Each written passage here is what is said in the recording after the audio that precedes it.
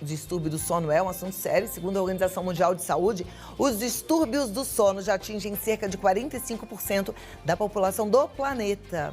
Ou seja, praticamente a metade da população tem um distúrbio do sono, que é considerada para muita gente uma epidemia, né? Configura uma epidemia, na verdade.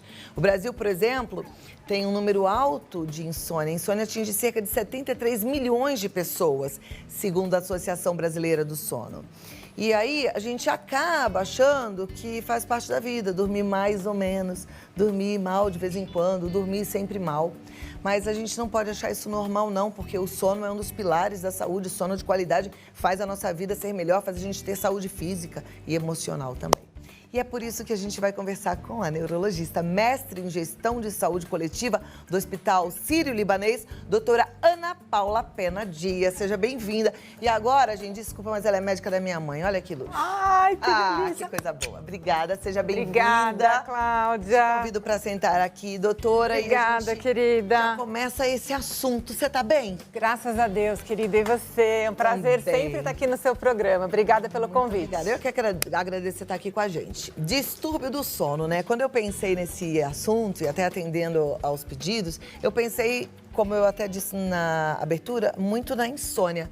Mas eu sei que existem vários distúrbios do sono. Sim.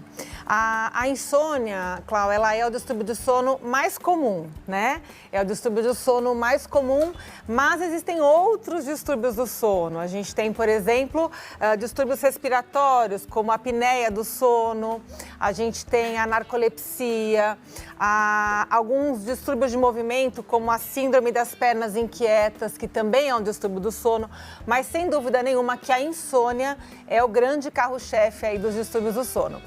E é importante a gente falar sobre insônia, que existem dois tipos básicos de insônia. Tem aquela insônia primária, que já é a própria doença, né? Então a pessoa não consegue dormir bem. Ou tem a insônia secundária, que é causada por outros problemas de saúde. Por exemplo, se eu tenho depressão, se eu tenho um transtorno de ansiedade, eu posso ter insônia, né? Se eu faço uso de alguma medicação ou alguma substância, por exemplo, excesso de cafeína, de álcool, o tabaco, para quem fuma, também eu vou ter mais insônia. Ou seja, a insônia ela pode ser causada por muitas coisas, né? Então ela pode ser um distúrbio primário ou secundário. E aí a gente tem três tipos básicos de insônia. Então tem aquela pessoa que não consegue pegar no sono, não consegue iniciar o sono, né? Eu tenho também aquela pessoa que pega no sono, mas tem vários despertares noturnos, então ela acorda várias vezes durante a noite. E eu também tenho aquela insônia terminal, que é a pessoa que acorda antes da hora. Então ela poderia dormir até 6, 7 horas, mas 3, 4 da manhã ela abre o olho e não volta a dormir. Então, realmente é um transtorno que a gente precisa cuidar, como você falou, não é para se acostumar e achar que está tudo bem. O Brasil é um dos países com maior índice, né, desses distúrbios e isso causa um prejuízo muito grande à saúde física e mental da população. Com certeza. Como tem formas diferentes da insônia ser manifestada, existem também causas relacionadas a cada uma delas já identificadas ou não? Tem. A gente tem, por exemplo, a gente sabe que os transtornos ansiosos, a pessoa geralmente tem dificuldade em iniciar o sono. Então, ela vai para a cama, mas não consegue pegar no sono, né? Por exemplo, a depressão, a gente sabe que geralmente se manifesta por uma insônia terminal. A pessoa dorme porque tem aquela sensação de cansaço, de falta de energia, mas aí ela tem o despertar precoce, né? As pessoas que têm o transtorno de movimento, por exemplo, a síndrome das pernas inquietas, é comum ela ter dificuldade para iniciar o sono. Então, de acordo com cada patologia, eu vou ter um padrão de sono diferente. E o que a gente tem que lembrar é que o sono, para ele ter uma arquitetura que a gente fala, né, adequada, o sono tem várias fases, né? A gente tem o sono não REM e o sono REM. Acho que todo mundo já ouviu falar isso alguma vez. O que significa isso? Significa basicamente, para todo mundo entender que está em casa, o grau de profundidade do sono. Então, o sono não REM é o sono mais leve e o sono REM é o sono mais profundo, tá? O sono REM mais profundo é onde a gente sonha e é onde ocorre uma espécie de paralisia dos músculos do corpo. E esse é o sono reparador. Esse é o sono que descansa. E ao longo da noite, a gente tem que ter mais ou menos aí uns cinco ciclos dessas fases, né? Então, eu tenho os ciclos do não REM, chego no ciclo no sono REM, que é o mais profundo, aí eu superficializo de novo e eu tenho 5 ondas dessa ao longo de uma boa noite de sono. Uma boa noite de sono, ela é medida em questão de horas também? Existe, sim, um número médio de horas, né? Então, por exemplo, uma criança, um adolescente vai precisar de mais ou menos 10 horas de sono. Um adulto, de 7 a 8 horas. Um idoso, de 6 a 7 horas. Porém, pode ocorrer variação individual, lembrando que o principal é a pessoa, quando acordar, ter a sensação de que está realmente descansada, de que está, sabe, pronto para outra, né? De que está revigorado, com energia, tá? Então, aquela pessoa que dorme pouquinho, mas que acorda bem, tá tudo certo? Tá tudo certo, mas desde que esse pouquinho não seja uma coisa, um hábito crônico, né? Porque o que acontece é que algumas pessoas têm uma privação voluntária de sono. Então, assim, eu tenho tanta coisa para fazer, como hoje em dia, né? Tantas tarefas, tantos papéis que eu preciso desenvolver, que eu vou encurtando o tempo destinado para o sono, né? Então, eu vou deixar para dormir só o que der de tempo, o que sobrar do meu dia. Vamos tomar cuidado com isso, tá, pessoal? Porque 1 ou 2 ou 3 dias você pode até acordar e se sentir bem, mas cronicamente a falta de sono, ela vai ter aí uma conta que vai chegar lá na frente, porque o nosso cérebro, ele precisa dessa pausa, desse descanso, tá? E aí, muito se estuda e se descobriu recentemente, em 2013, o porquê que seria tão importante esse descanso, essa pausa. Tem várias razões, tá? Mas o que a gente tem de mais moderno aí na neurociência é a descoberta de um sistema que se chama sistema linfático, tá? Que ele foi descoberto por uma neurocientista americana em 2013, então bem recente. O que é basicamente isso? A gente tem o sistema linfático, né, da linfa. E a gente tem o glinfático, que seria um sistema que faz como se fosse uma faxina nas neurotoxinas, tá? Então, e ela só acontece quando a gente dorme. Olha que interessante. Então, eu preciso estar dormindo, tá? O meu cérebro precisa estar descansando, em sono, para que esse sistema linfático faça lá a faxina que ele precisa e limpe essas toxinas, né? Para que a gente tenha, assim, um melhor pensamento no dia seguinte, uma melhor cognição, uma melhor atenção e por aí vai. Então, é super importante mesmo.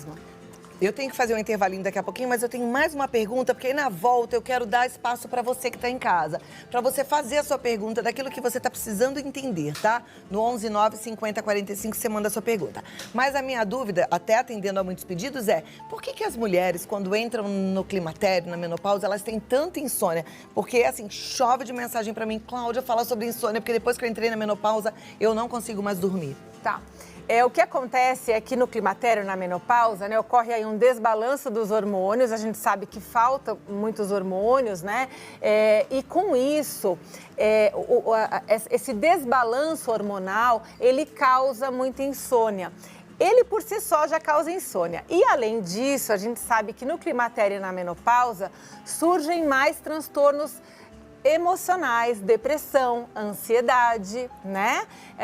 Então, as pessoas nessa fase tendem a ficar mais esgotadas mentalmente, né? Ficam mais sensibilizadas e isso também gera um distúrbio de sono maior. Então, basicamente seria o transtorno hormonal, né? O desequilíbrio hormonal, por si só já causa insônia, mas também esse desequilíbrio hormonal levando a transtornos mentais como depressão e ansiedade. E aí levando secundariamente à insônia. Junta tudo, né? Exato. Falei que ia fazer só mais uma pergunta antes de ir pra lá, mas eu quero fazer mais uma. Em relação ao medicamento, porque assim, tem muita gente que usa calmante para dormir há anos, né?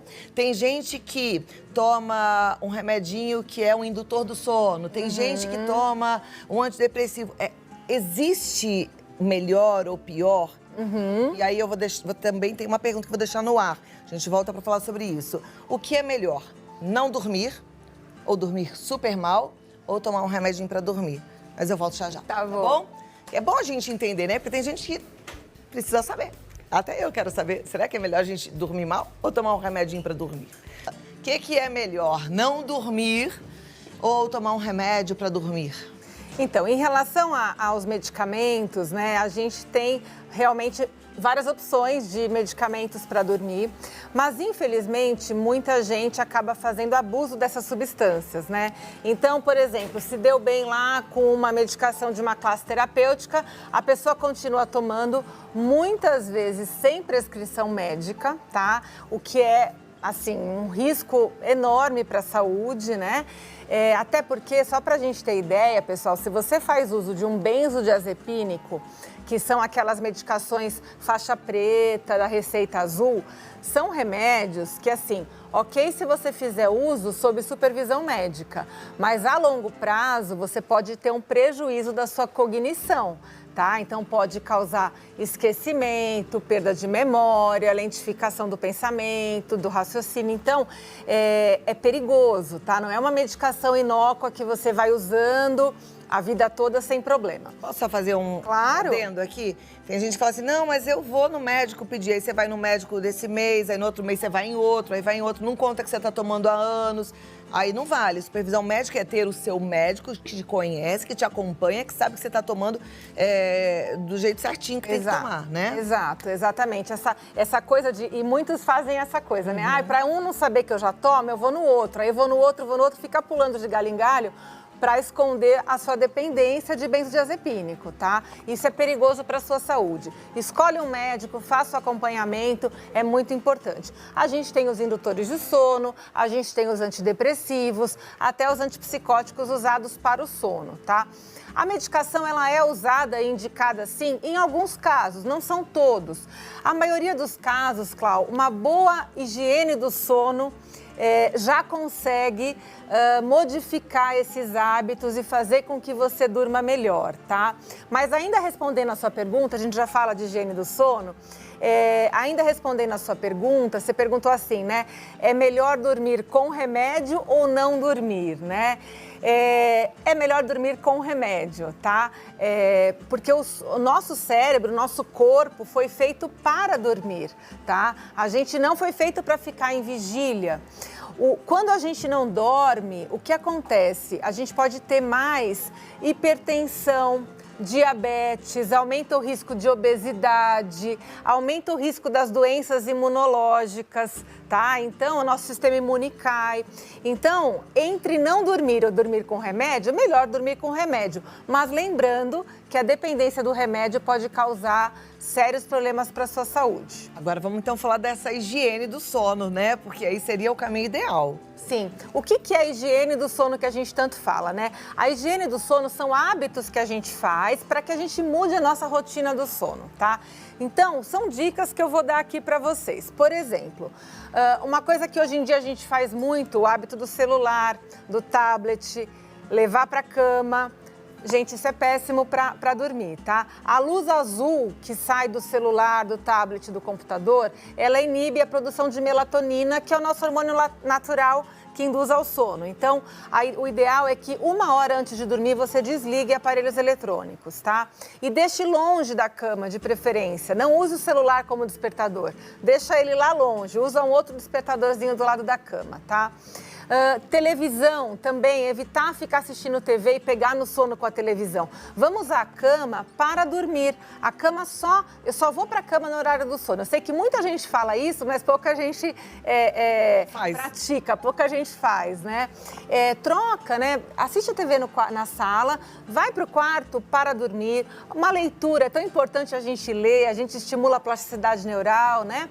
Além disso, evitar alimentos pesados, próximos próximo da hora de dormir, alimentos gordurosos. Então, à noite, aproveitar aí para manter o peso, né? Para manter a forma, faz uma alimentação mais leve e no mínimo aí 2 ou 3 horas antes de dormir, não comer e deitar de jeito nenhum.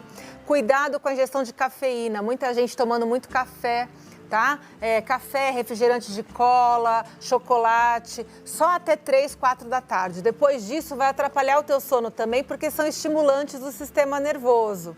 Atividade física, de preferência de manhã à tarde, evitar fazer atividade física à noite, tomar um banho morno, cuidado, pessoal, com a luminosidade do quarto, tá? Então, colocar ali uma luzinha mais baixa, um abajur amarelinho, né? Uma outra cor que te acalme. Cuidado com o barulho. Então, isso é o que a gente chama de higiene do sono, né? É a mudança desses hábitos, criar essa rotina de sono. Importante sempre ir dormir e acordar mais ou menos no mesmo horário. Porque muita gente, aos finais de semana, esticam muito o horário do sono ou vão dormir muito mais tarde. E isso vai prejudicar a tua rotina de sono durante a semana. Então, tentar manter aí mais ou menos sempre o mesmo horário. Depois eu vou contar para você. Vou contar já. Eu tive muita dificuldade de dormir numa fase da minha vida. Eu comecei a fazer essa higiene do sono. Quem me acompanha até no Instagram sabe, eu tenho umas seguidoras que falam assim, Clau, desliga, acaba a live porque você precisa dormir. Porque é verdade, até se eu faço uma live que passe das 9, vai me agitar, porque eu durmo às 10. Mas assim, virou rotina, sabe? Eu tenho dormido, eu durmo até muito, eu durmo de 8 a 9 horas por noite, mais ou menos sempre 9, de 9 a 10. Por isso que tá com essa pele linda. Mas como é bom, gente, como a higiene do sono funciona. Muito, funciona muito, tá? E você faz isso no final de semana também, né? Também. Exato, que eu sei que você faz. Eu tento dormir o mais cedinho possível, né? Vamos lá, as perguntas? A gente já tem algumas perguntas e aí eu te ajudo. Você que mandou a sua pergunta, fica sabendo da resposta. A primeira delas, gostaria de saber se calmante faz com que durma melhor e se posso tomar sempre quando posso. Então, calmante é isso, né, pessoal? É o tal do benzodiazepínico, que é o faixa azul, é o faixa preta, desculpa, receita azul, né? Diazepam, clonazepam, que é o Rivotril, enfim, Lexotan, tudo isso que você pode estar tomando, muito cuidado, né? Não pode tomar sempre de jeito nenhum. Você, quando pode, quando o seu médico indicar. Tá? Então, o seu médico ele vai te dar essa orientação, tá bom? Nunca usar por conta própria. E realmente, quando você dorme sob efeito desse remédio, a arquitetura do teu sono ela é diferente. Você não chega nos níveis mais profundos do sono e aí o sono não é tão reparador e tão efetivo para aquilo que a gente precisa para nossa saúde. Quem tem dependência desse tipo de remédio, de calmante, desses benzodiazepínicos, tem que fazer um processo, desmame, um desmame? Sim, é um longo processo, muitas vezes difícil, né? Eu tenho pacientes que tomam há 30, 40 anos. Você deve fazer esse processo, se você tem essa dependência, com o neurologista ou com o psiquiatra. Mas é muito importante que você busque ajuda médica. E aí a pessoa que tá com uma cognição ruim, eu conheço gente que fala mole, que já não tem mais força até na língua, parece que tá meio assim, volta ao que era? Melhora bastante. Melhora bastante. Ó, que boa notícia. Quando a gente tira esse tipo de remédio, melhora muito. Próxima pergunta, então, vamos lá. Quando durmo, meu corpo geralmente aumenta a temperatura. Qual seria a causa? Tenho 61 anos e acordo uma vez durante a noite, perto das 3 horas. E volto a dormir e sempre acordo às 5h30. Olha, geralmente o nosso corpo cai a temperatura, tá? Eu não sei exatamente o que pode estar acontecendo com ela. Será que ela sente calor à noite? Provavelmente está relacionado a uma sensação de calor, porque geralmente o nosso corpo cai a temperatura, até por isso que a gente se cobre, né? Então, o comum é que a temperatura caia e não aumente. Pode ser o calor, como a Cláudia disse, né? E aí, você tá vendo que ela acorda e depois ela volta a dormir. O que pode estar acontecendo aí é algum transtorno do sono, algum tipo de insônia, algo que está te deixando mais em alerta. Você pode estar acordando com transpiração, sudorese e está confundindo isso com calor. Ok. E que pode ser até um problema hormonal. Problema hormonal. Por conta da menopausa, né? Com 61 anos. Problema hormonal pela idade ou também problema de ansiedade. A gente sabe que quando a gente está ansioso, existe a liberação de cortisol e adrenalina, que causam sudorese, sensação de que a pele está quente realmente, porque ocorre a vasodilatação. Que legal. Próxima pergunta. Eu ronco bastante, mesmo cochilando eu ronco. O que fazer para melhorar isso? Gente, quem ronca bastante precisa procurar ajuda médica. Existe um transtorno que é bem importante, que é a apneia do sono, tá? E você pode ter esse transtorno. A apneia do sono é um transtorno onde ocorre aqui uma alteração na anatomia, né? Geralmente dessa região aqui da faringe, laringe, a queda da língua para trás na hora do sono, e ocorre muito em pacientes que são obesos, né? Principalmente em obesos, mas pode acontecer em quem é mais magro. É importante buscar ajuda porque o tratamento pode ser o uso do CPAP, que é uma espécie de uma maquininha que liga, né? Como se fosse um ar que entra e vai abrindo essa via aérea. E também pode até ser que você precise fazer uma cirurgia, tá? E aí, se você ronca bastante, é importante você procurar um otorrino ou um pneumologista. E eles vão fazer essa investigação. Tá joia.